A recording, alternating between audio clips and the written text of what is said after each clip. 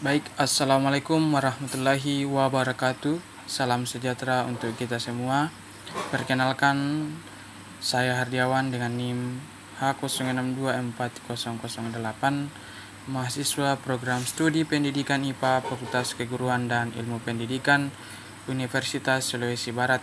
Jadi pada kesempatan ini saya akan mempresentasikan media pembelajaran berbasis project basic learning dengan topik perkembangan fisik motorik peserta didik.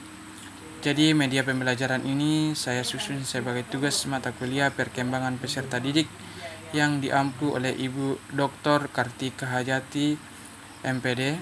Jadi melalui video media pembelajaran ini kita akan mempelajari bagaimana proses pertumbuhan fisik peserta didik berlangsung, serta bagaimana perkembangan kemampuan motorik kasar dan motorik halus yang menjadi bagian penting dalam perkembangan individu. Jadi pemahaman terhadap aspek-aspek tersebut sangat diperlukan agar pendidik dapat memberikan layanan pembelajaran yang sesuai dengan karakteristik dan tahap perkembangan peserta didik.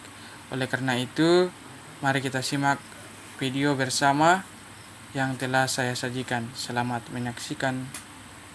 Pengertian perkembangan fisik.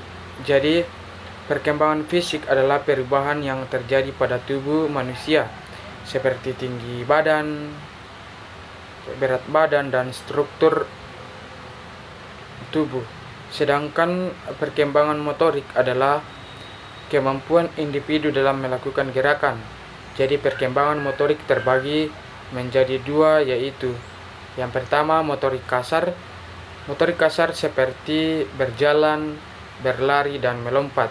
Sedangkan motorik halus seperti menulis, menggambar, dan memegang benda kecil. Kedua perkembangan ini saling berkaitan. Mengapa demikian? Karena sangat berpengaruh dalam kehidupan sehari-hari, khususnya dalam proses pembelajaran.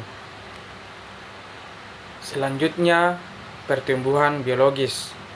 Jadi pertumbuhan biologis terjadi secara bertahap sejak bayi hingga dewasa. Jadi pada masa anak-anak pertumbuhan berlangsung stabil, namun saat memasuki masa remaja terjadi percepatan pertumbuhan yang disebut growth spurt. Selain itu, terjadi perubahan proporsi tubuh. Misalnya, bayi memiliki kepala yang lebih besar dibanding tubuhnya. Yang kedua, seiring bertambahnya usia, tubuh menjadi lebih seimbang dan proporsional. Jadi perubahan ini menunjukkan bahwa perkembangan fisik berlangsung secara alami dan berkelanjutan. Selanjutnya yaitu sistem saraf dan motorik. Jadi perkembangan sistem saraf sangat berpengaruh terhadap kemampuan motorik. Semakin matang sistem saraf seseorang, maka semakin baik pula koordinasi gerakannya. Contohnya, anak kecil belajar berjalan dan berlari, itu disebut motorik kasar. Yang kedua, anak usia sekolah mulai mampu menulis dengan rapi, itu termasuk perkembangan motorik halus. Jadi dalam dunia pendidikan, kemampuan motorik sangat penting. Misalnya, siswa yang memiliki motorik halus yang baik akan lebih mudah dalam menulis dan mengerjakan tugas. Selanjutnya, masa pubertas. Jadi pubertas adalah masa peralihan dari anak-anak menuju remaja.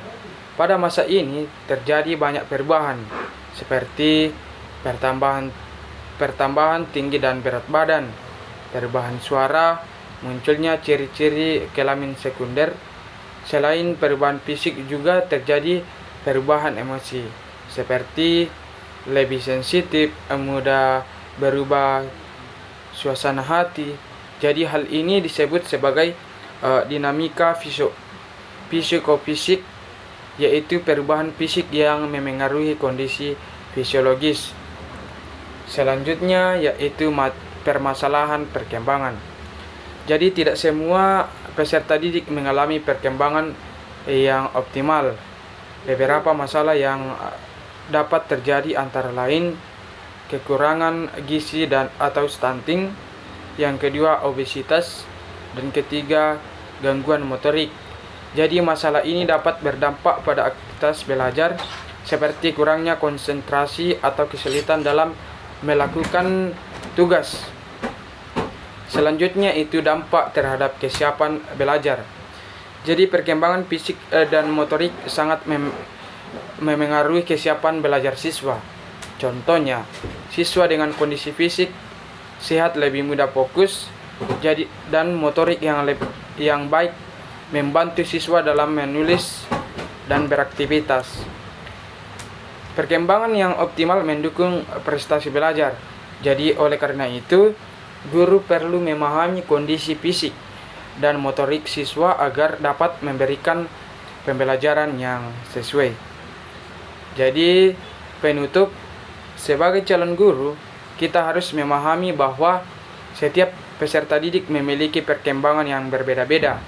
Dengan memahami perkembangan fisik dan motorik, kita dapat menyesuaikan metode pembelajaran, memberikan perhatian yang tepat kepada siswa, dan menciptakan pembelajaran yang efektif dan menyenangkan. Demikian penjelasan saya mengenai perkembangan fisik dan motorik peserta didik. Saya akhiri dengan wassalamualaikum warahmatullahi wabarakatuh.